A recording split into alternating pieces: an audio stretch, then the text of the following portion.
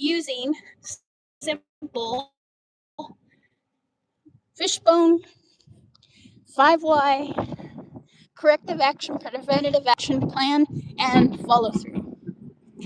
If you can do that with any issue that you might have on the production floor, you will solve 85% of all your problems and drastically improve overall equipment effectiveness, your OEE, regardless of how it's calculated, because there's actually a calculation.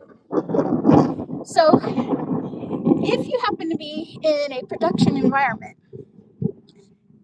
and you have a problem, let's say you have a bearing that shows sludge and is skidding, which means that it is on the fail progression stage 4.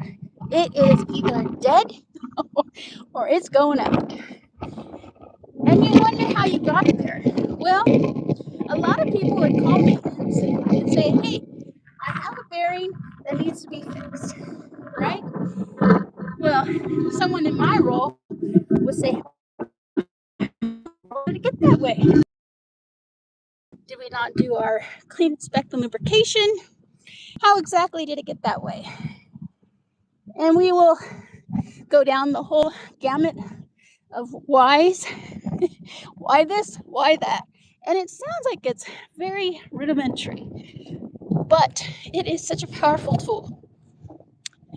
So the maintenance will come in, and their first instinct is, okay, I got to get this line back up and running. This is a critical bearing, and I'm going to swap it out. So the first thing they do, take down the equipment, then they're going to replace the bearing, and that's it. They'll replace the bearing, they'll put the production back up, they'll do a CIP if it needs it, if it's applicable, and then they'll start to run.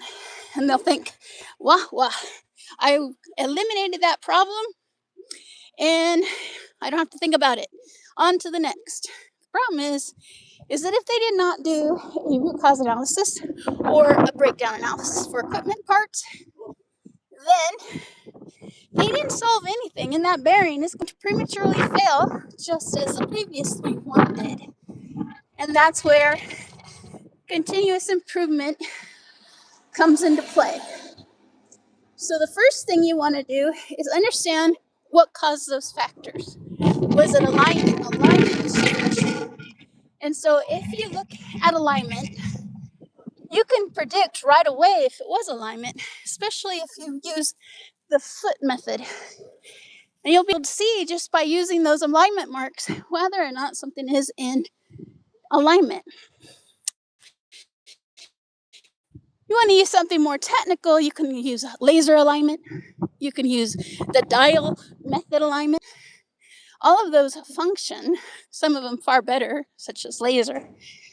But ultimately, you'll identify whether it's because of misalignment. You can also look at other parts of the equipment that are really close to where the bearing was and look at the screws, for example, the fasteners. Is there any misalignment on the fasteners? Did they wear unevenly? That'll indicate whether or not there's misalignment as well. You can look at the environment. Is the environment high source of humidity in that room? Is it high temperature, low temperature? Is it